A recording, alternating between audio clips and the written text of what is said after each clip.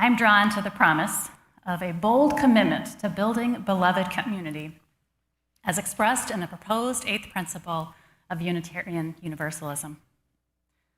But there may also be some qualms among us about the perils of engaging in this work. So we're going to talk about both this morning, the promise and the perils. The eighth principle is a statement by which a congregation can express its commitment to doing proactive work within the church itself to create the beloved community right here. Over 200 UU congregations have adopted it at the local level over the past 5 or so years since it was introduced. The specific language of the eighth principle appears in the order of service. Originally proposed as an addition to our 7 principles, since its name is the eighth, this one is about journeying towards spiritual wholeness, by working to build a diverse, multicultural, beloved community by our actions that accountably dismantle racism and other oppressions in ourselves and our institutions. There's a lot there. You can look at that if you want to.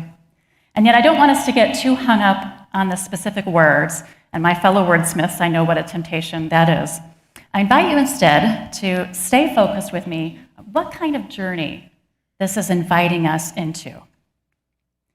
To me, what it boils down to is the highest value around which Unitarian Universalists of all stripes coalesce: love. It's about love.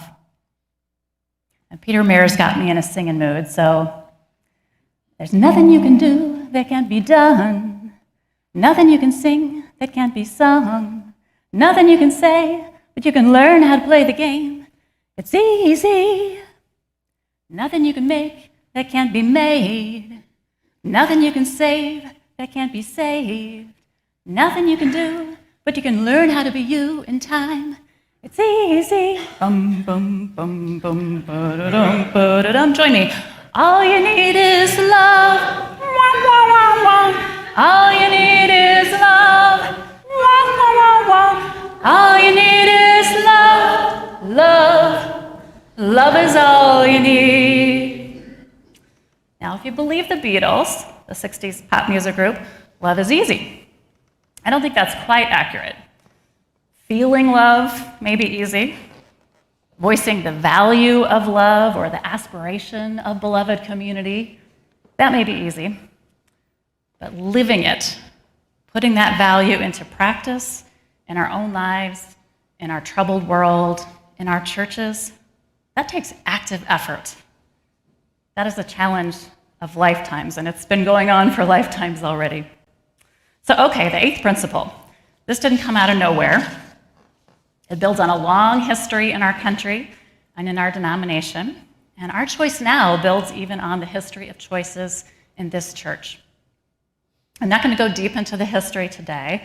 I'll share more perspective and resources on the history in a special e-blast this coming week. So if you're a history buff or you want more about that, you can check that out.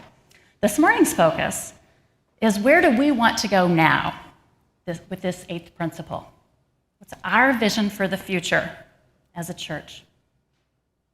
I'll share with you now part of my answer in relation to beloved community. And I'll be very interested later to hear your perspectives. So the promise, top 5 reasons to build a diverse, multicultural, beloved community in this church. Can I get a drum roll on the pews? All right. Number 1, this church can be a beacon of liberal religious values and community for all who need it in our region. I don't want to hog this place, intentionally or unintentionally, just for me and people like me. When someone goes looking for a spiritual community, often at a time of particular vulnerability, they're making that search, I want anyone who resonates with our liberal religious values to be able to feel at home here. Whatever their age, life stage, social class, gender, political affiliation, spiritual leanings, no matter how their body works or doesn't, or how their brain works, or who they love. And regardless of whether their ancestry traces back to Europe, Africa, Asia, Pacific Islands, Indigenous Americas, or some beautiful mix. No matter what adjectives we could use to describe a person, if they are looking for spiritual community and they're in fundamental sympathy with the values of this community, I want them to be able to find that here. Not just to hear the words, "We welcome you," to experience that they belong here. They show up here as their whole self, be seen, valued, respected, and not have to contort themselves to meet some unwritten rules about how to be here. Now, I deliberately mention all kinds of diversity, just as our children's story today did, because the eighth principle itself names a diverse, multicultural, beloved community as what we're aiming for.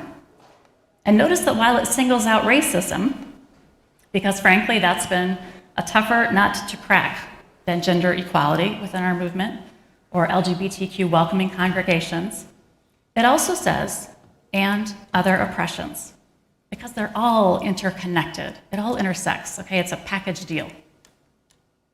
So I'm ready to dig in proactively to the work of building beloved community here and learning how we can truly become more anti-racist and multicultural so that this church can be a beacon of liberal religion and community in our area for all who need it.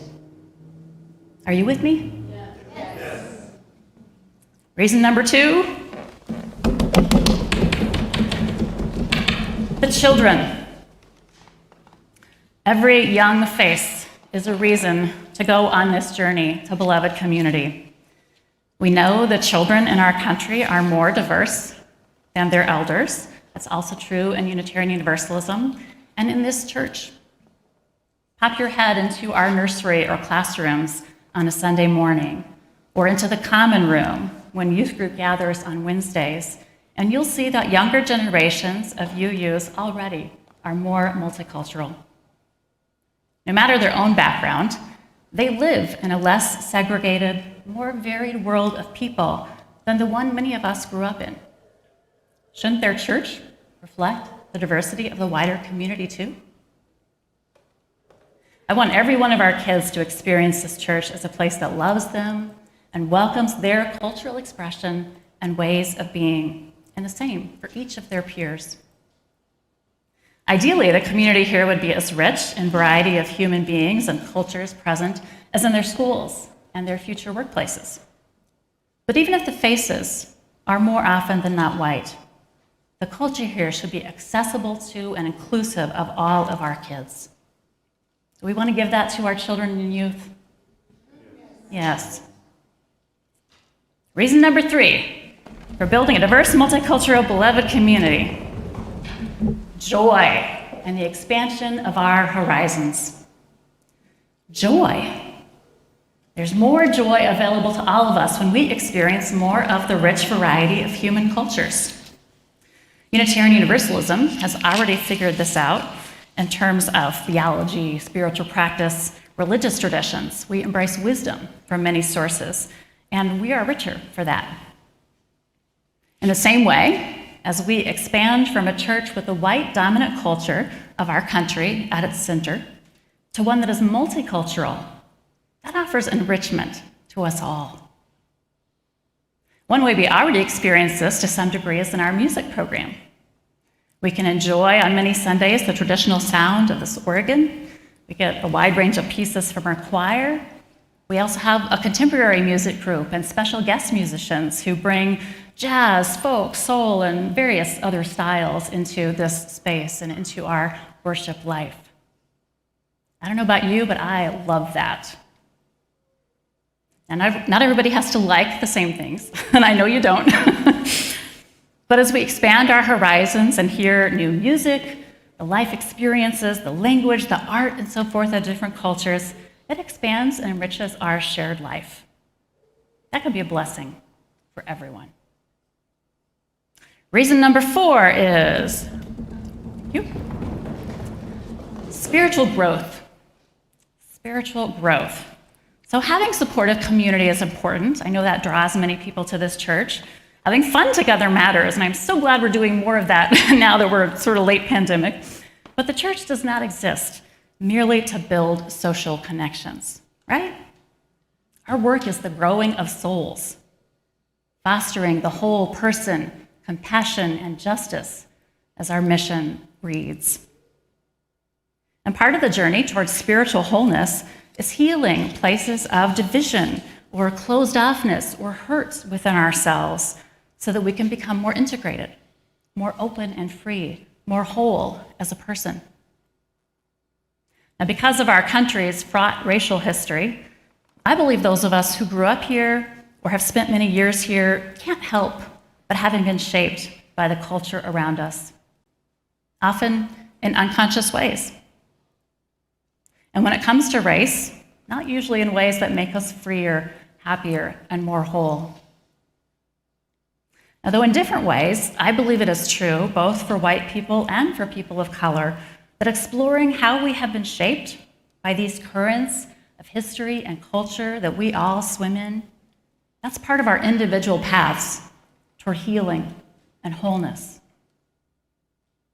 As we do the work of building the beloved community together, we're creating opportunities to heal those places within ourselves that have been warped or bruised. Actually, most of the things I'm going to address in the next section, the perils of the eighth principle and our fears, reflect that very warping and contorting. I think they can only be massaged out and released from our spirits when we are willing to take this journey. So, spiritual growth. Each one of us stands to grow spiritually and become more whole. Next one, the last reason I'll bring up today. Number 5, numerical growth. Now, there's a reason I put this one last. I don't see simply having more people in the church community as an end in itself. But if it happens for all of the other reasons that I just mentioned, because we have become more truly welcoming of the whole person, for more people who might find a spiritual home here, because we make this church multicultural at its center in a way that better serves our rainbow of children, because our horizons are expanded and our joy increased by the richness of multicultural beloved community, and because this is a vibrant place where people grow spiritually and become more whole. If numerical growth happens as a result of all of these other benefits of building a beloved community, what a wonderful outcome that would be. And we'll make room at the table here for everyone who wants to join us. Can I get an amen? Amen. All right. So that's the promise of the eighth principle. I'll turn now to the perils. But first, because it is all about love ultimately, there's nothing you can know that isn't known. Nothing you can see that isn't shown. There's nowhere you can be that isn't where you're meant to be. It's easy. Do-do-do, do-do-do. All you need is love. Wah, wah, wah, wah. All you need is love. Do-do-do-do. All you need is love. Love. Love is all you need. Love, it's some hard work. So I shared 5 compelling reasons to go on the journey that the eighth principle invites us onto. And now 5 perils, things that might hold us back from participating in the work, and I'll suggest antidotes for each of those perils.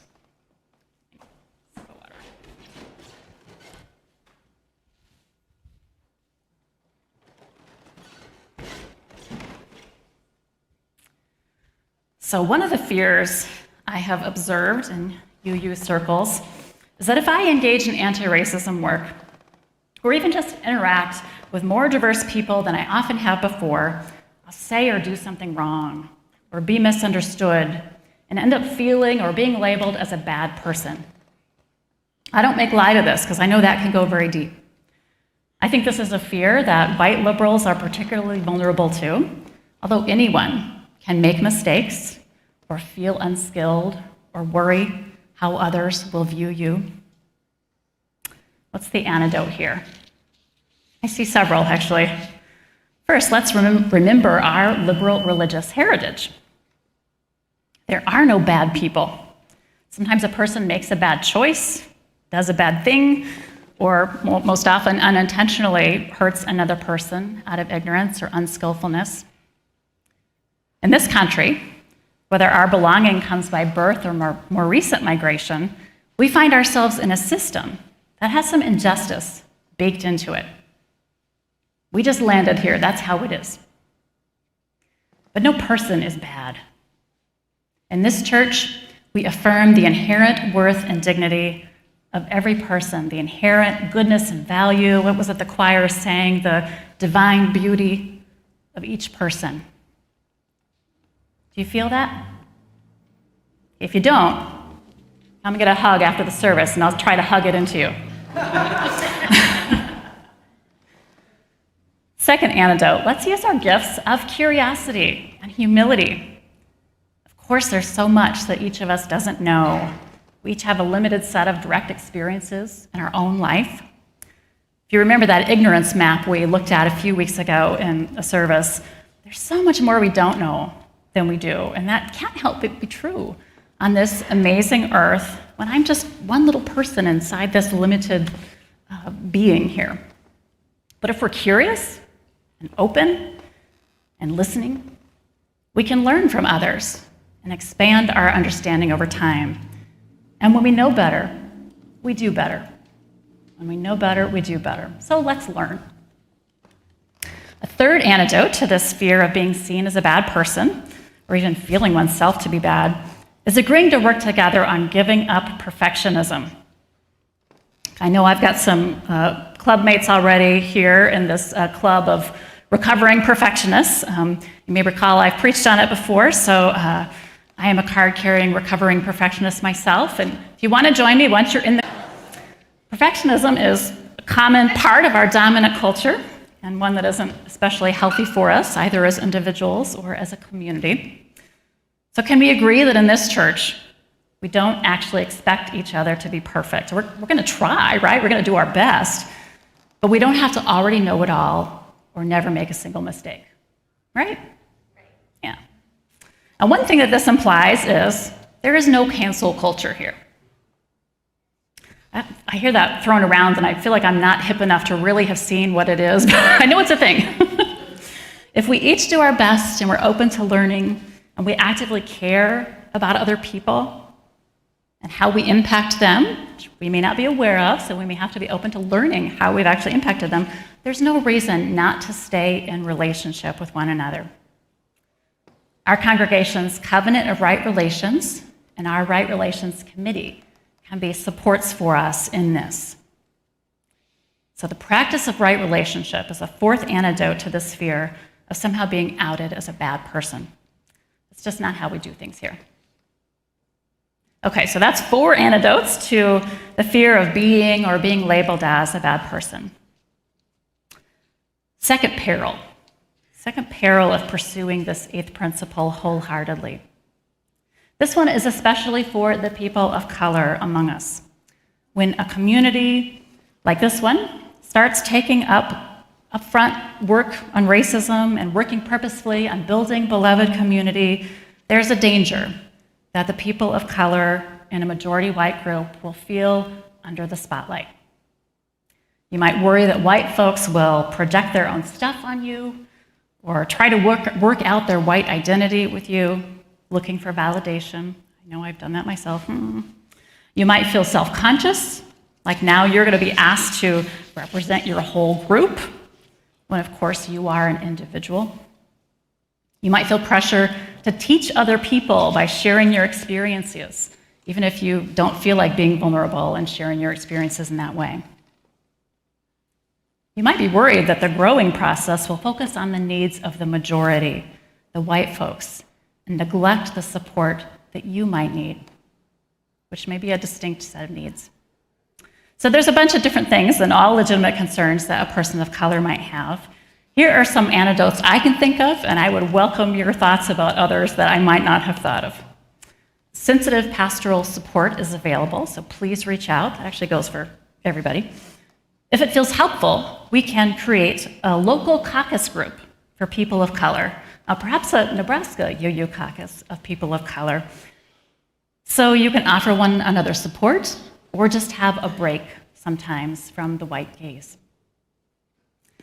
Because I've just named some of the problematic things that can happen, I hope more white folks in this community will be mindful of trying not to do them, not seeking for people of color to affirm their identity as a good white person, not expecting a person of color to represent their whole racial or cultural group, recognizing them as a unique person, not pressuring people of color to share their experience or take on a teaching role. Although if someone's moved to share, more power to you. So can we all try to do that, my white friends? Yeah. And because I've just named some of these concerns, I hope people of color here will feel more empowered if something like this does come up, to name it in the moment and to set the boundary that's right for you. And remember, you can draw upon our Right Relations Covenant and Committee. Okay, third challenge or peril of engaging in the eighth principle journey is simply that change is hard. More so that for some of us than others, but for everybody, change is hard. Any kind of change. So with beloved community, I'm reminded of a story by James Luther Adams, who was a fairly prominent UU ethicist and theologian of the last century. He told this about the Unitarian church that he attended in heavily segregated Chicago. This was in the late 1940s, and Adams' church, where he served on the board, was deliberating about whether to become racially integrated. Here's how UU minister and historian Mark Morrison Reed tells the story in his book, Black Pioneers in a White Denomination. James Luther Adams remembers a meeting of the Board of Trustees, remember this is in the 40s, that went late into the night as they argued over whether or not to become an integrated church.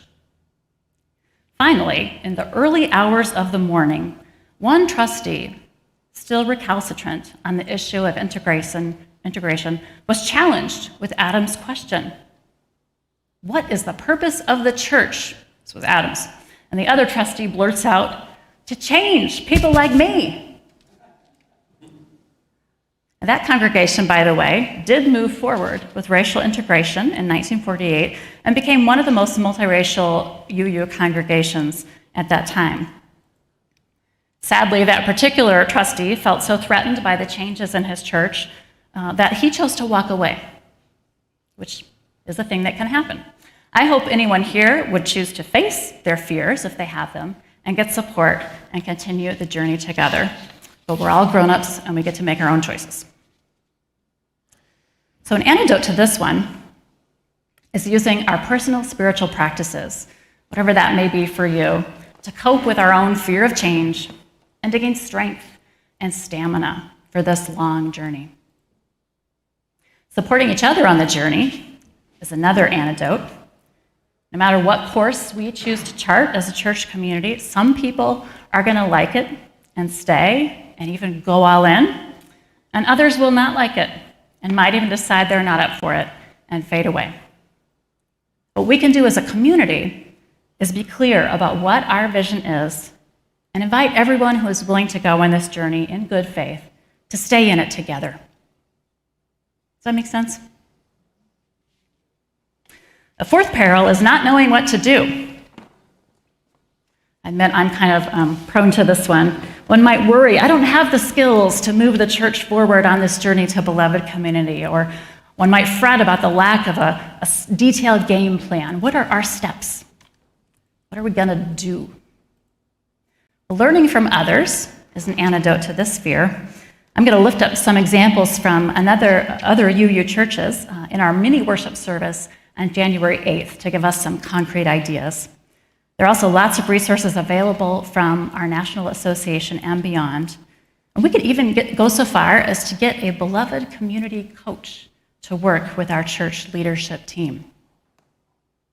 So I don't think we should fret too much over feeling unsure how to proceed.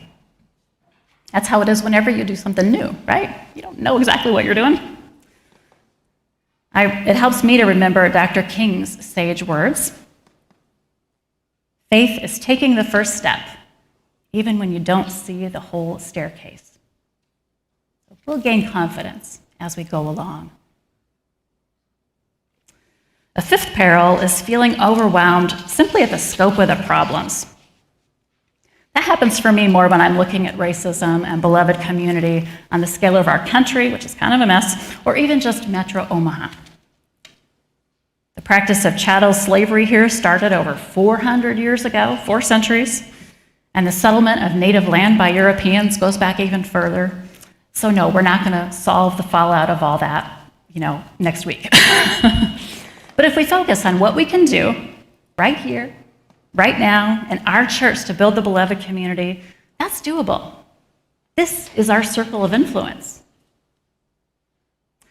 And to me, the greatest peril, this is the last one I'll mention, the greatest peril truly is inaction. If we don't actively engage in this work now, how many more people are going to miss out on being a part of this community for whom it could have been a lifeline and fed them and enriched all of us? How much are we who are here going to miss out on the enrichment and growth and healing we could have in ourselves by avoiding the work? And this is the one that grabs me the most.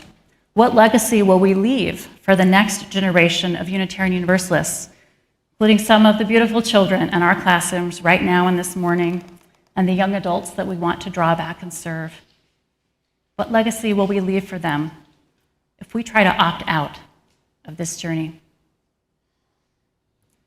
For me, turning away is just not an option. There's so many faces that rise up in my mind of dear UU people of color. Some of you are here right now, some are my friends, some are my colleagues, some are my family, and they all remind me what's at stake. And those are just the folks I already know. So I'm all in. I know it won't be easy. There will be stumbles, and people might hurt each other's feelings sometimes. Despite my best efforts, I will probably make mistakes myself as your minister and be embarrassed or whatever. Each of us have to grapple with our own insecurities. But we have so much more to gain than we do to lose. We have so much more to gain than we do to lose. We can go on this journey together. Last thought. Remember that building a new way is what Unitarians and Universalists and UUs have always done. For as long as our communities have been here, we've done it by creating a theologically pluralistic tradition, which a visitor just today was saying to me, wow, how did that happen? You can explore all kinds of things here. We've done it as trailblazers in gender equality and welcoming women's leadership. We're the first to ordain a woman and all of that. We've done it in recognizing the inherent worth and dignity of sexual and gender minorities. Now, we haven't arrived or completed any of that work, but we've come a long way. So let's not shortchange our vision now. We can build a diverse, multicultural, beloved community in this tradition, in this beautiful church. With every bit of progress we make, we'll be able to take pride in putting our values into action. These are not just pretty words we say, we're doing it. We'll experience the rewards of authentic, diverse community. And we'll have the satisfaction of creating the future we want for our children, our church, our society. Can I get an amen? Amen. Amen. May it be so.